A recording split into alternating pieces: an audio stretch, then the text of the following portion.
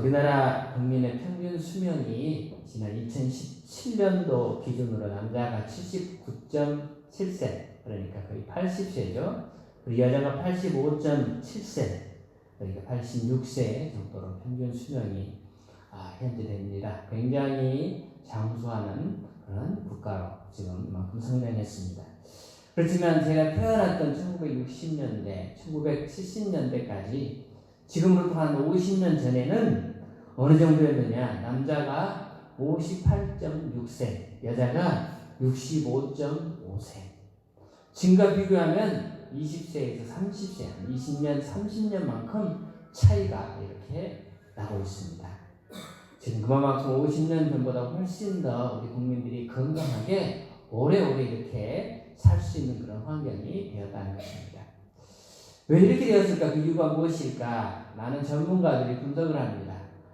그 중에 하나가 잘 먹어서, 영양분을 고루고루 잘 공급해서, 그래서 잘 먹기 때문에 건강해가지고 이제 우리 한국의 국민들은 먹고 사는 데는 어려움이 없으니 이만큼 이제 그 평균 그 수명이 이렇게 연장되었다라고도 그렇게 분석을 합니다. 그리고 또 한편에서 이런 분석을 합니다. 잘 먹고 또 건강을 유지하는 영양분을 공급받는 것도 중요하지만 요즘 사람들은 잘 씻는다는 것이죠. 잘 씻습니다. 샤워를 합니다. 우리는 아침에 일어나면 샤워하고 어떤 분들은 또 저녁에 주무시기 전에 또 샤워를 합니다. 하지만 저희 어렸을 때만 해도 어떻습니까? 1년에 샤워, 목욕이라고 하는 것, 거의 2번 정도 했다고 해도 과언이 아닐 정도로 추석이나 설 전에 그 가마솥에다 물을 끓여가지고, 그리고는 엄마가 자식들 그 통 안에 집어넣어놓고 그냥 이렇게 이태리 타올로 이렇게 밀어서 막 국숟가락들을 1년에 한 2번쯤 그렇게 벗겨냈던 그런 기억이 납니다. 그때와 지금에 비교하면은 오늘날 얼마나 사람들이 많이 청결했는지 해졌는지 모릅니다. 이도 잘 안 닦았죠. 닦으라고 닦기 싫었고요. 부모님이 하라고 해 억지로 그렇게 했었고, 샤워는 이런 말할 것이 없었습니다. 그러나 요즘은 본인들이 알아서 착착 그렇게 다 하는 것이죠. 깨끗하게 하기 때문에, 청결하게 하기 때문에 그로 인하여 우리의 평균 수명이 이만큼 늘어나게 되었다라고 그렇게 학자들이 추측을 합니다. 네, 그렇습니다. 우리 육체적으로 건강하게 하기 위해서는 우리는 청결해야 하는 것이, 깨끗하게 해야 하는 것이, 그래서 샤워를 하는 것이죠. 그 다음에 영적으로 건강하기 위해서 우리는 무엇을 해야 할 것입니까? 영적인 샤워를 해야 하는 것입니다. 오늘 복된 주일은 우리가 영적인 샤워를 하는 그런 날입니다. 이 한 주간 삶을 살아가며 세상과 맞서 싸워가기 위해서 우리는 오늘 이날 말씀으로 우리는 샤워를 하고 우리를 깨끗하게 씻는 것입니다. 지난날에 한 주간 동안에 지었던 우리의 모든 죄들을 말씀을 통해 씻어내고 정결하고 거룩한 우리의 영혼의 몸을 가지고 이 한 주간의 삶을 우리가 살아가기 위하여 우리는 오늘도 말씀의 샤워를 받는 것입니다. 코로나 때문에 많은 교회들이 주일날 한번 예배드리고 그렇게 끝나는 그런 경우들이 대부분입니다. 우리 교회 성도들도 마찬가지죠. 너무나 어렵습니다. 영적으로 우리가 매일 샤워를 해야 되는데 우리는 그렇지 못할 환경 가운데 놓여 있는 것입니다. 그러다 보니까 우리는 영적으로 점점 더 병들어져 가고 있습니다. 우리는 오늘 씻어야 합니다. 그리고 교회에 나와서 예배 드릴 수 없는 환경일수록 개인적으로 우리는 더 우리의 몸을 씻어야 하는 것입니다. 오늘 영적으로 우리의 더러워진 우리의 몸을 깨끗하게 씻고 온전히 씻김받고 이 한 주간 거룩하고 정결된 몸으로 여러분의 모든 삶의 현장에서 날마다 이기며 승리를 맛보는 복된 우리 모든 성도들의 영적 생활들이 다 되시기를 주의 이름으로 축원합니다. 5월 가정의 달을 맞이해서 오늘 첫 번째 주일에 기한 말씀을 행복한 가정을 만드는 두 기둥이라는 제목을 가지고 하나님의 말씀을 출발하고자 합니다. 솔로몬은 성전을 세웠습니다. 성전을 세우기 시작할 때 양쪽에 기둥을 세웠죠. 두 개의 기둥을 세웠습니다. 하나는 야긴이고 하나는 보아스라고 그렇게 하고 있습니다. 야긴과 보아스. 자, 야긴의 뜻이 무엇입니까? 하나님이 세우신다라고 하는 것입니다. 하나님이 세우신 것. 보아스는 그에게 능력이 있다라고 하는 것입니다. 하나님의 성전을 세우면서 두 개의 기둥으로 야긴과 보아스를 두 기둥으로 세우고 그 위에 집들을 세워서 위대한 솔로몬 성전을 만들어 수많은 백성으로 하여금 그곳에서 하나님을 만날 수 있도록 솔로몬은 그 성전을 아름답게 지었던 것입니다. 사랑하는 여러분, 저는 여러분의 가정을 아름답게 하기 위해서, 여러분의 가정을 행복하도록 하기 위해서 우리가 세워야 될 두 개의 기둥을 여러분에게 소개하고자 오늘 말씀을 받들어 함께 같이 묵상해 보고자 하는 것입니다. 우리가 세워야 될 우리 가정의 두 개의 기둥은, 하나는 순종이다 라고 하는 기둥과 또 하나는 사랑이다 라고 하는 그런 기둥입니다. 먼저 순종에 대한 말씀을 우리가 오늘 말씀을 통하여 함께 묵상해 보고자 합니다. 에베소서 5장 22절 23절, 여러분 현대에 있는 성경으로 우리 한번 앞에 있는 이 화면을 보면서 다 같이 읽도록 하겠습니다. 22절 23절 시작. 아내들은 주님께 순종하듯 남편에게 순종하십시오. 이게 현대에 있는 성경이 아닌가 봐요. 자, 이는 시작. 이는 남편이 아내의 머리됨이 그리스도께서 교회의 머리됨과 같으니 그가 바로 몸의 구주십니다. 아멘. 현대에 있는 성경으로 다시 읽겠습니다. 아내들은 주님께 순종하듯 남편에게 순종하십시오. 이것은 그리스도께서 교회의 머리가 되시는 것처럼 남편은 아내의 머리가 되기 때문입니다. 그리고 그리스도는 자기의 몸인 교회의 구주가 되십니다. 자, 여러분, 먼저 오늘 말씀에서 가르치는 교훈은 무엇입니까? 우리가 세워야 될 그 순종의 교훈에 있어서 가장 먼저 아내들은 남편에게 순종하라 라고 그렇게 말씀하는 것입니다. 왜냐하면 그 이유는 성경 그대로 남편이 아내의 머리가 되기 때문이다 라고 말씀합니다. 마치 그리스도가 교회의 머리가 되는 것과 같기 때문에 아내는 그 남편에게, 너의 머리 된 그 남편에게 순종하라 라고 그렇게 성경은 권면하고 있는 것입니다. 이 머리가 된다라고 하는 말씀을 조금 이따 살펴보도록 하고요. 그리고 또 순종과 관련해서 오늘 에베소서 6장 본문에서 뭐라고 말씀합니까? 6장 1절 다 같이 보겠습니다. 에베소서 6장 1절 시작. 자녀들아 주 안에서 너희 부모에게 순종하라. 이것이 옳으니라. 현대인의 성경에 자녀들은 부모에게 순종하십시오. 이것이 주님을 믿는 사람으로서 옳은 일입니다. 자녀들은 부모에게 순종하십시오. 이것이 주님을 믿는 사람으로서 옳은 일이다. 자, 첫 번째 말씀, 처음의 말씀, 에베소서 5장에서는 아내들은 남편에게 순종하라라고 말합니다. 그리고 두 번째 에베소서 6장의 말씀은 자녀들은 부모에게 순종하라라고 말합니다. 그 이유는 무엇이냐? 남편은 아내의 머리가 되기 때문이다.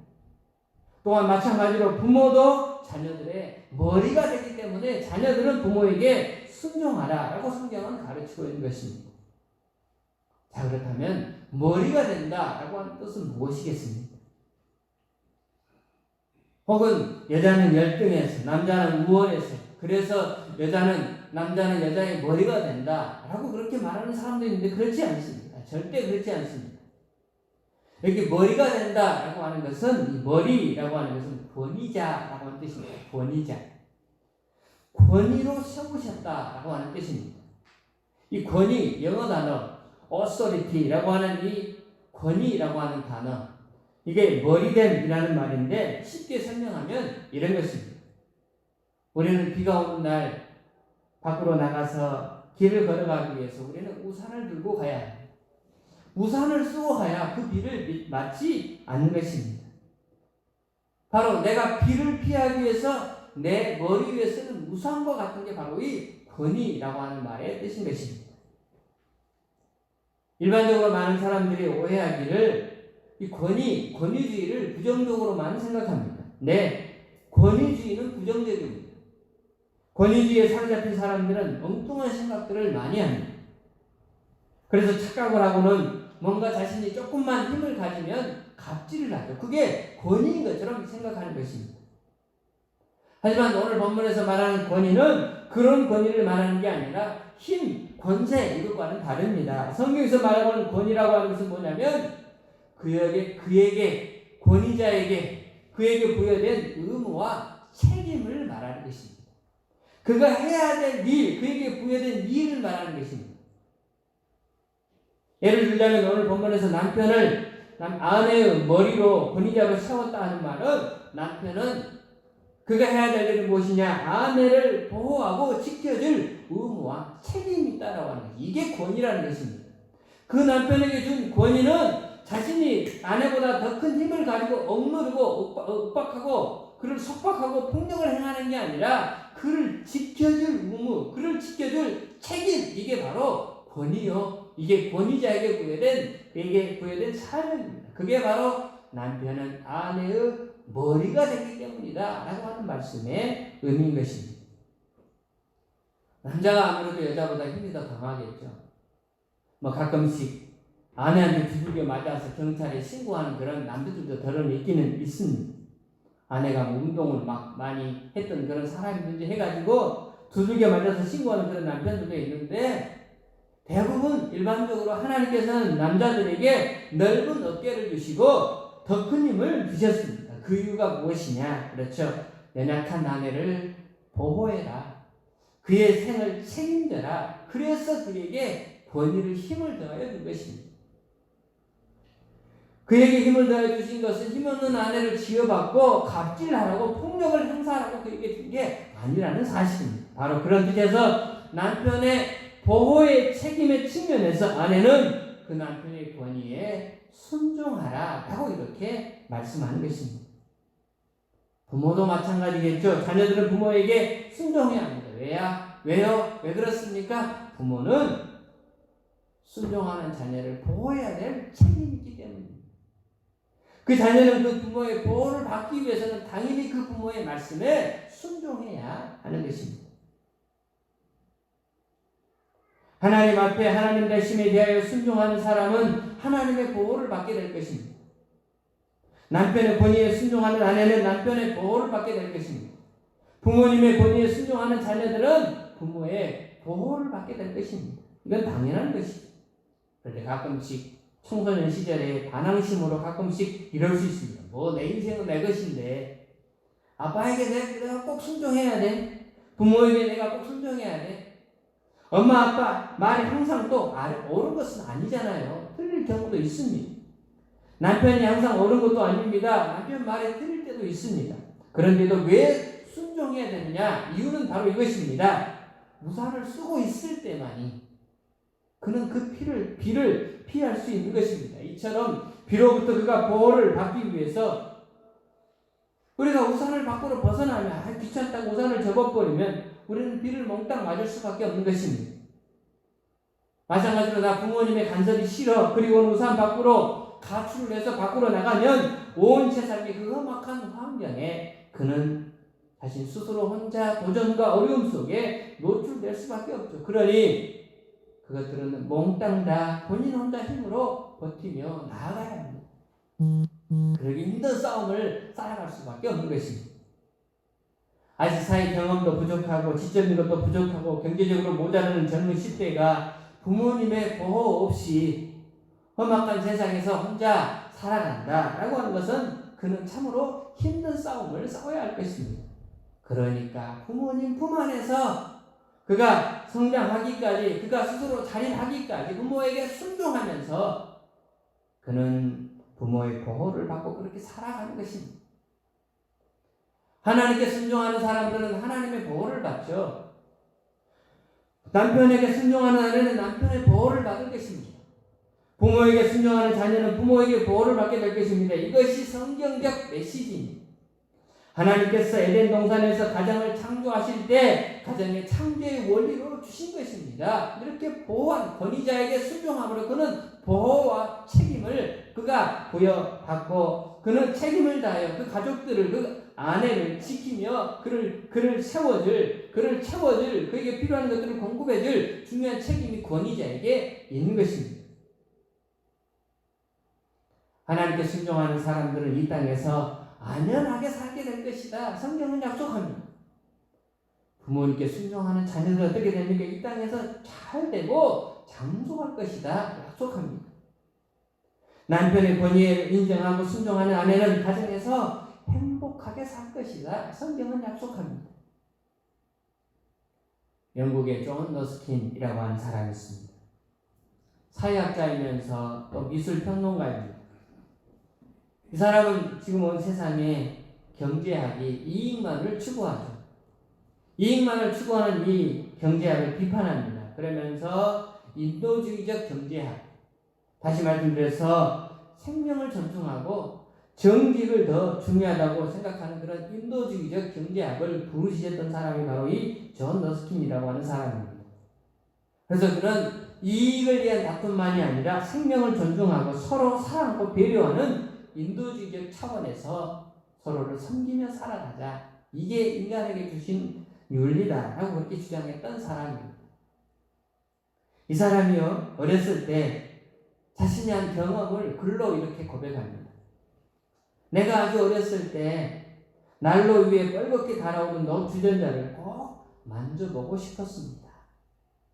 아직 철이 없으니까, 분별력이 없으니까 난로 위에 올려진 그 뜨거운 난로에 올려진 주전자가 뻘겋게 달아올랐겠죠. 근데 그걸 뻘겋게 달아올리는데 신기해가지고 꼭 만지고 싶은 것입니다. 아마 우리들도 그런 경험이 있을 거예요. 위험한 것들, 위험한지를 아직 잘 모르니까 막 하고 싶어 하는 것이죠.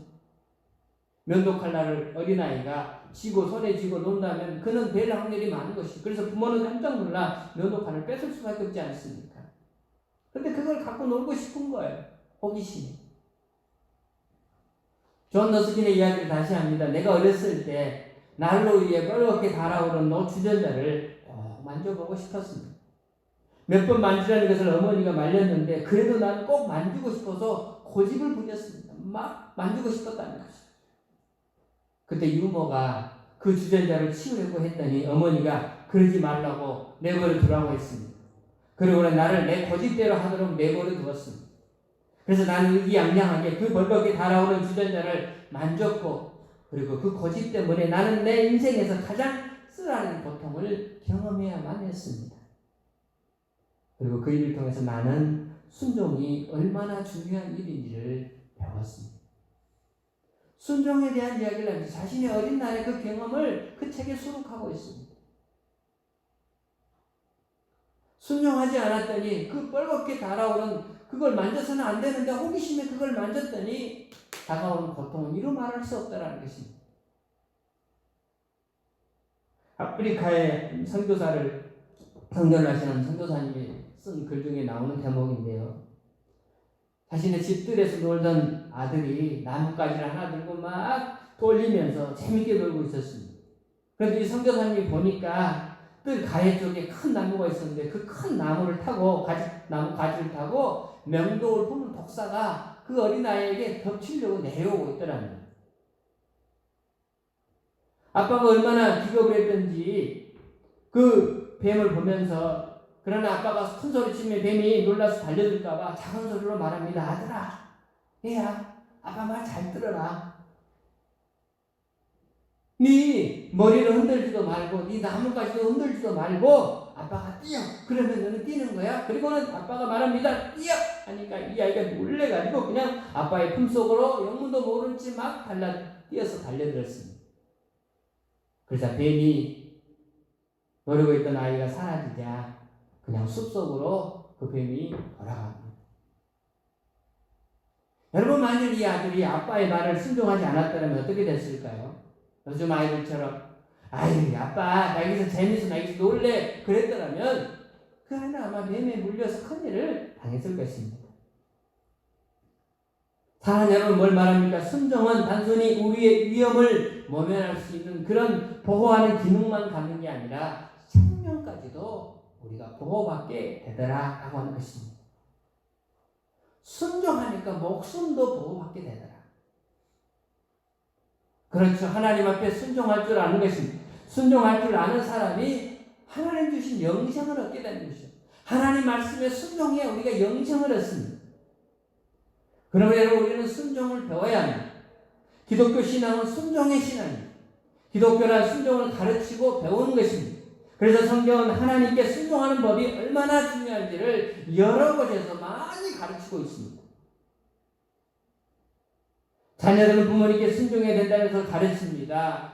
히브리서에서 보면 예수님께서는 하나님이신데도, 자신이 사람이 되어 이 땅에 오신 하나님이신데도 예수님은 순종함을 배워 온전함에 이르렀다라고 그렇게 말씀합니다. 하나님 말씀에 예수님조차도 순종함을 보며 그의 온전함에 이르렀다라고 히브리서 기자는 소개하고 있습니다. 잘 아세요. 창세기 22장에 보면 아브라함은 어마어마한 순종을 하죠. 하나밖에 없는 아들, 100세에 준 아들 이삭을 번제로 바치라 하는 이 하나님의 명령에 그는 주저하지 않고 순종하고 있는 모습을 우리에게 가르쳐주고 있습니다. 앤드류 머레이라고 하는 사람이 이런 표현을 했습니다. 우리는 예수님을 믿는 것과 동시에 순종학교에 입학한 것이다.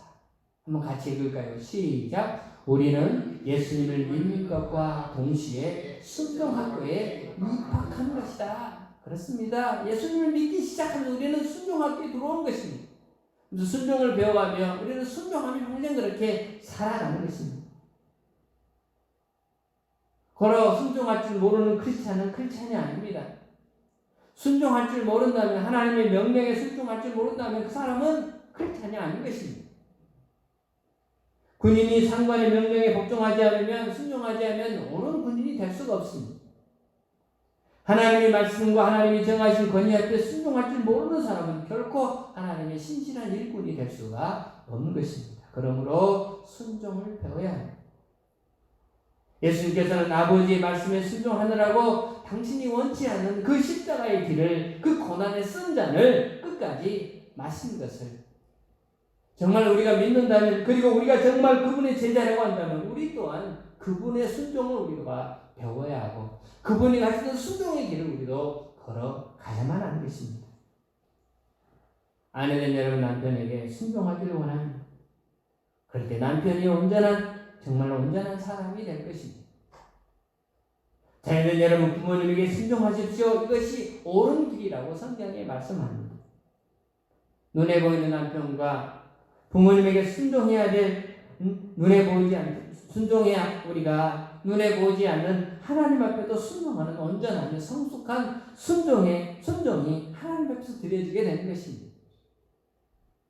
행복한 가정을 만드는 첫 번째 기도는 순종의 기도입니다. 우리 서로 순종하며, 하나님께 순종하고 남편에게 순종하며 부모에게 순종하며, 이 순종을 통하여 든든한 행복한 가정을 만들어 가시는 저 여러분의 가정이 되기를 주님의 이름으로 축원합니다. 두 번째, 행복을 만드는 가정의 두 번째 기도는 사랑입니다. 사랑. 한번 따라서 할까요? 사랑하라. 한번 더 합니다. 사랑하라. 사랑하라. 여러분, 사랑하라, 이 말씀은 하나님의 명령인데 누구에게 주신 명령이냐? 권위자에게 준 명령입니다. 권위자는 누굽니까? 부모, 그리고 아내, 남편이 바로 권위자입니다. 아내는 남편에게, 자녀는 부모에게 순종해야 한다면 거꾸로 남편은 아내를 사랑해야만 하고 부모님들은 자녀를 사랑해야만 한다는 것입니다. 그런데 그 사랑의 수준이 어디까지입니까? 어느 정도입니까?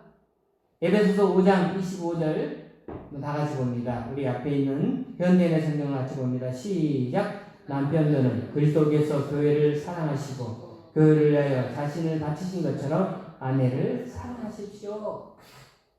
남편들은 사랑하십시오. 누구를? 아내를. 중간에 있는 것은 삽입절입니다. 중간에 무엇입니까? 그리스도께서 교회를 사랑하시고 교회를 위하여 자신을 바치신 것처럼, 주님이 교회를 위하여 자신의 목숨을 바친 것처럼 남편은 아내를 위하여 자신의 목숨을 바쳐 그를 사랑하라 라고 그렇게 명령하시는 것입니다. 여기에 바쳤다 라고 하는 말은 목숨을 던져서 죽으신 것처럼 그 말씀입니다.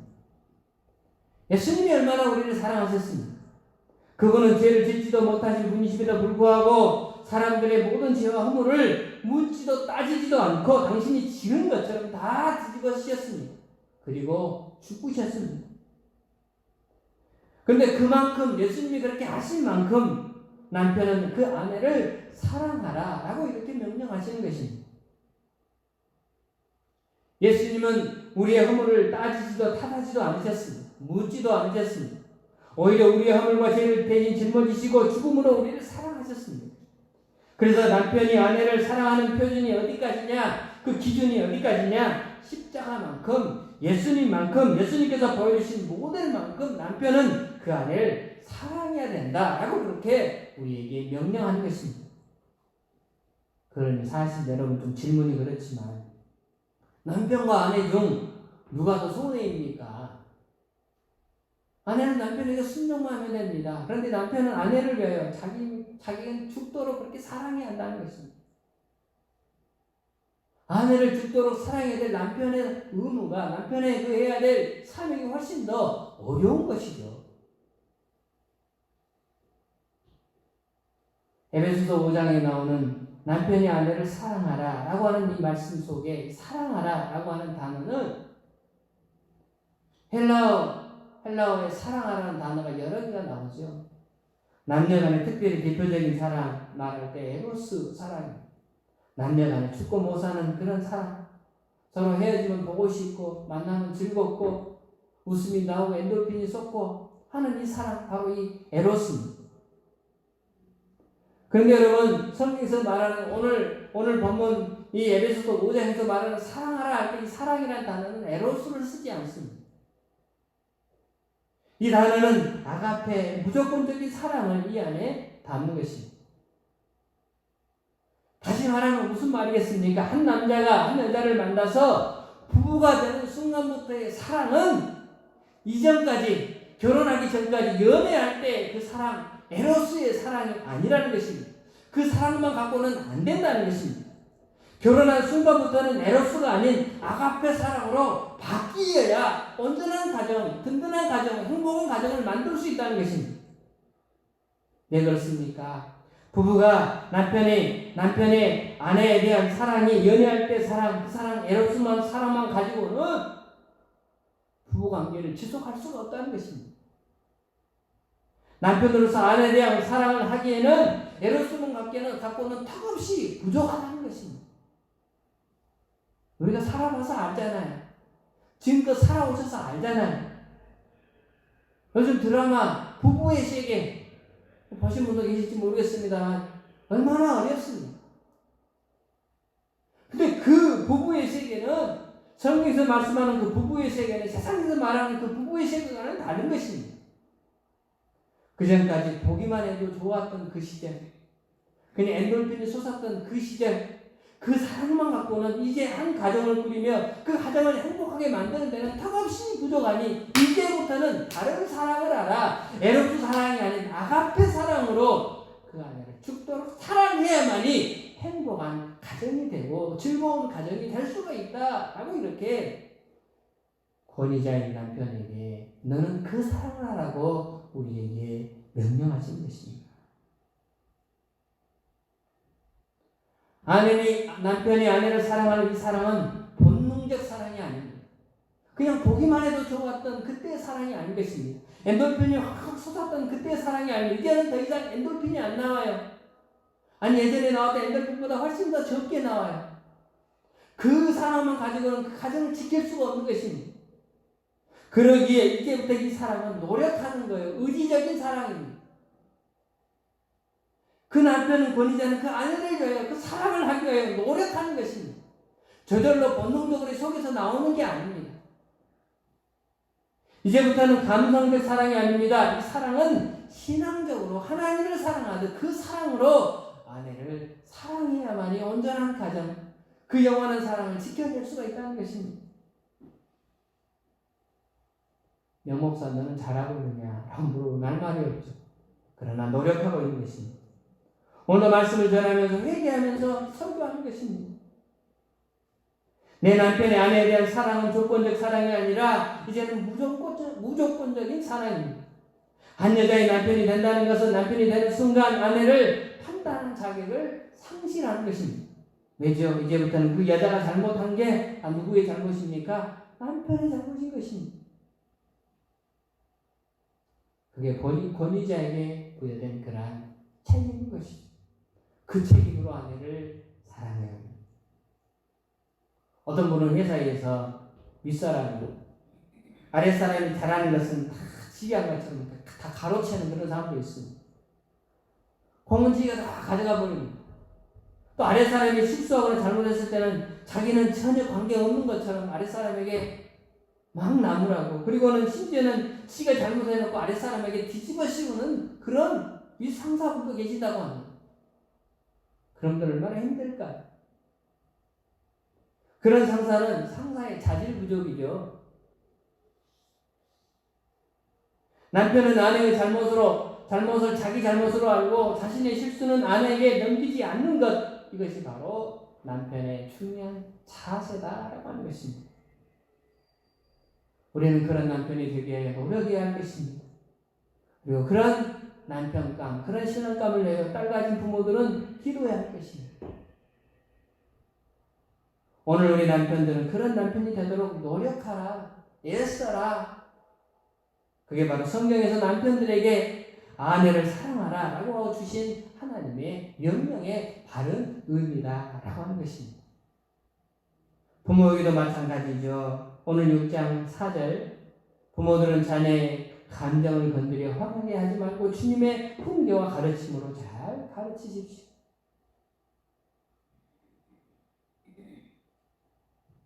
부모들은 자녀의 감정을 건드려 화나게 하지 말고 주님의 훈계와 가르침으로 잘 기르십시오. 하나님의 명령입니다. 자녀들은 이 말씀을 읽을 때 아마 공감이 될 것입니다. 부모들은 아마 공감을 덜하게 될지도 모르겠습니다. 부모가 자식을 사랑한다는 것이 뭘까요? 아이의 인격을 존중하는 것입니다. 내 새끼니까 내 맘대로, 내 배 아파서 나왔으니까 내 맘대로 해야 돼, 그렇게 해도 돼, 이런 게 아니라는 것이죠. 성경에서 가르치는 것은 내 의지가 아니라 주님의 말씀과 교양으로 그들을 잘 양육하는 게 하나님의 말씀의 명령이죠. 사랑하는 부모된 여러분, 우리의 자녀들은 물론 분명히 우리를 통해서 이 세상에 왔습니다. 하지만 우리의 자녀들은 먼저 우리의 것이 아니라 하나님의 것이죠. 그러게 하나님의 말씀으로 그를 양육해야 될 중요한 책임이 우리 부모에게 있는 것입니다. 그래서 옛날 선조들이 그런 말 하죠. 평생 어려운 손님이 누구냐? 부모에게 있어서 평생 가장 어려운 손님이 누구냐? 자식이 손님이에요.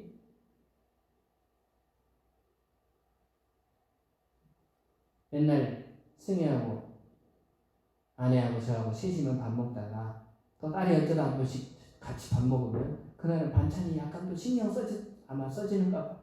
또 달라져. 어려워.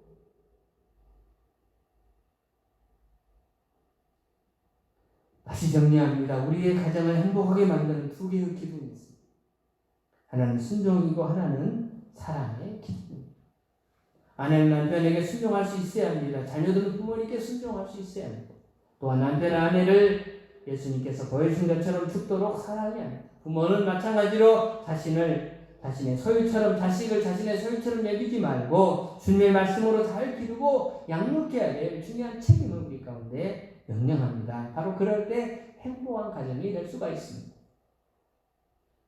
자, 그런데 이 순종과 사랑을 한 묶음으로 묶어야 합니다. 순종하라, 사랑하라.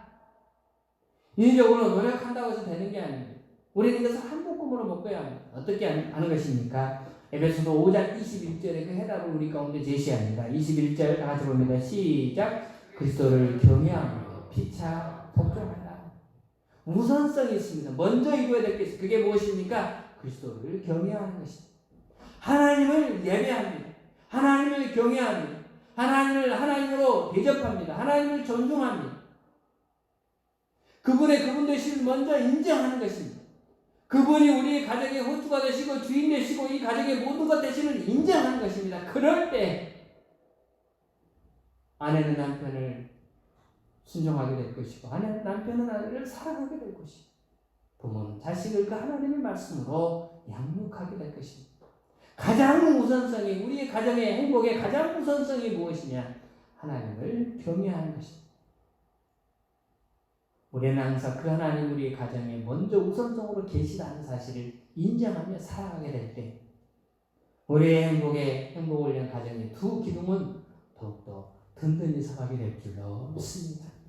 가정의 달 5월 여러분의 가정에 여러분이 해야 될 수고, 순종과 노력해야 될 사랑, 바로 그 위에 하나님의 경외함이 더 쉬워져서 행복한 가정, 아름다운 가정, 지금보다 훨씬 더 웃음이 그칠 날이 없는 복된 가정들이 다 되시는 여러분의 미래가 되시기를 주의 이름으로 축원합니다. 오늘 말씀 우리 마음속에 품면서 우리 함께 찬양입니다. 557장 찬양입니다. 아마 생소한 찬양일 거예요. 저도 핸드폰을 틀어놓고 배웠습니다. 가사를 보면서 너무 좋아서 우리 가정이 이런 가정이 되었으면 좋겠다 하는 그런 마음으로 저도 몇 번 불러보고 이 시간에 같이 한번 부르고 싶어서 557장의 찬송을 선택했습니다. 우리 함께 찬양으로 나오도록 하겠습니다.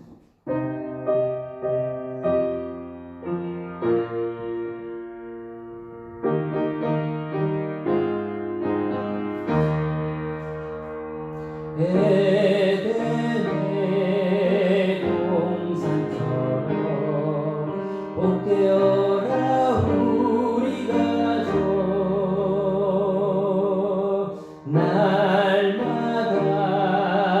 양식 주사 건강하게 하시오며 은혜의 담비에 풍성하게 하시오니 우리 주 하나님께 감사 찬송 드립니다.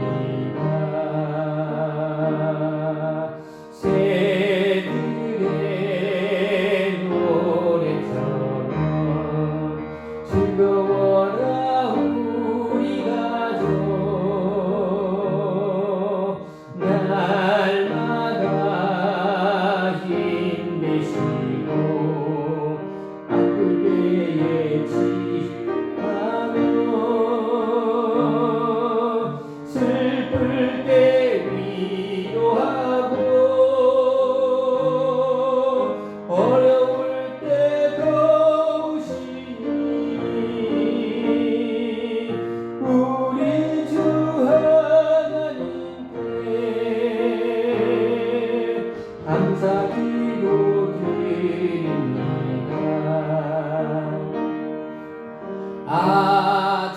아침에 햇살처럼 평화로운 우리 가족 험한 길 인도하고 캄캄한 밤 비추시며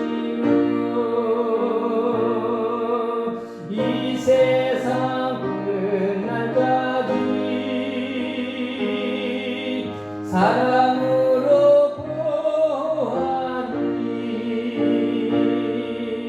우리 주 하나님께 몸과 마음 드리니 3절 다시 한번 합니다. 아침의 햇살처럼 아침의 햇살처럼 평화로운 우리 가족 험한 길 인도하고 캄캄한 밤 비추시며 이 세상 끝날까지 사랑으로 보아니 우리 주 하나님께 몸과 마음 바칩니다. 주님, 우리의 가정이 우리의 쓰므로 우리의 수고로 순종의 기둥과 사랑의 기둥이 든든히 세워져 바로 그 여호와를 경외함으로 더 쉬워질 때 우리 가정은 행복한 가정이요 날마다 기쁘고 즐겁고 만족한 가정이 될 줄로 믿습니다.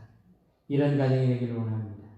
예수 안에서 하나님을 경외하는 온 가족들로 채워지게 하여 주옵시고, 아내는 남편에게 순종하고 자녀는 부모에게 순종하고 남편은 아내를 사랑하는, 주님이 자기 목숨을 내면 듯 사랑하셨듯 아내와 온 가족들을 사랑하는 부모와 남편이 되어짐을 통하여 든든한 행복한 가정, 바로 우리의 가정이 되어지게 하여 주시옵소서.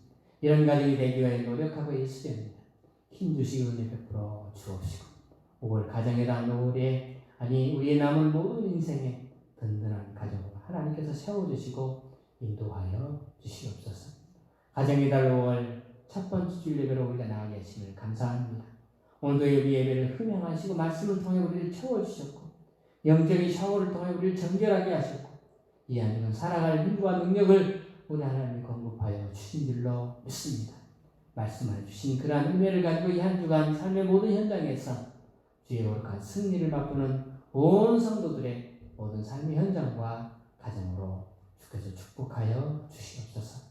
오늘도 현장들을 주셔서 일할 수 있게 하시고 그곳에서 수고한 대가를 하나님 앞에 가져와 바치는 정성 어린 손길을 하나님께서 받아 주옵시고 주께서 말할 수 없는 풍성한 은혜로 채워 주시옵소서.